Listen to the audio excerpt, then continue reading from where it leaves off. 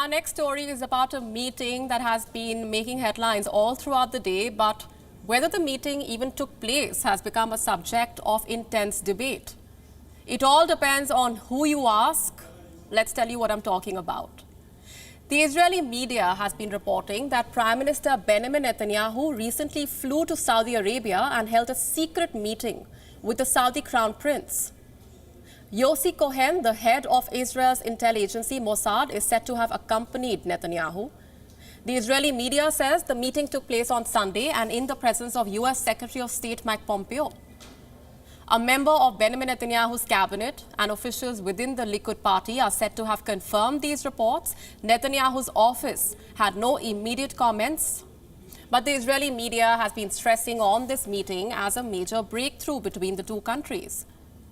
According to Haaretz, Israel's biggest daily, aviation tracking data showed that a private jet had made a brief trip from Tel Aviv to Neom in Saudi Arabia. The newspaper says that flight tracking websites showed that the plane was grounded for approximately 2 hours before it returned to Israel about half an hour past midnight. And this is where things get interesting.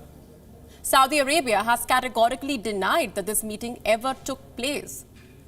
Faisal bin Farhan, the foreign minister of Saudi Arabia, has said, and I'm quoting now, "I have seen press reports about a purported meeting between His Royal Highness, the Crown Prince, and Israeli officials during the recent visit by Secretary Pompeo. No such meeting occurred. The only officials present were American and Saudi," unquote. No meeting occurred, says the Saudi foreign minister. What about Benjamin Netanyahu then? What did he have to say about these reports? Well, he has neither denied nor confirmed the meeting. Addressing his party members in Jerusalem, the Israeli leader had this to say. Mr. Prime Minister, we heard you visited abroad, Saudi Arabia. That's the news we heard.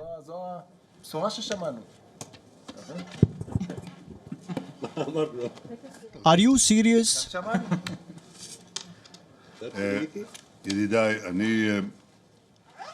Friends, throughout my years, I have never commented on such things. And I don't intend to start doing so now. I can only tell you that really, throughout my years as the Prime Minister, I did not save any effort to strengthen the state of Israel and to expand the circle of peace. And thank God, we have managed to do it with our neighbors, with the Emirates, with Bahrain, with Sudan, and I hope this circle will always expand. The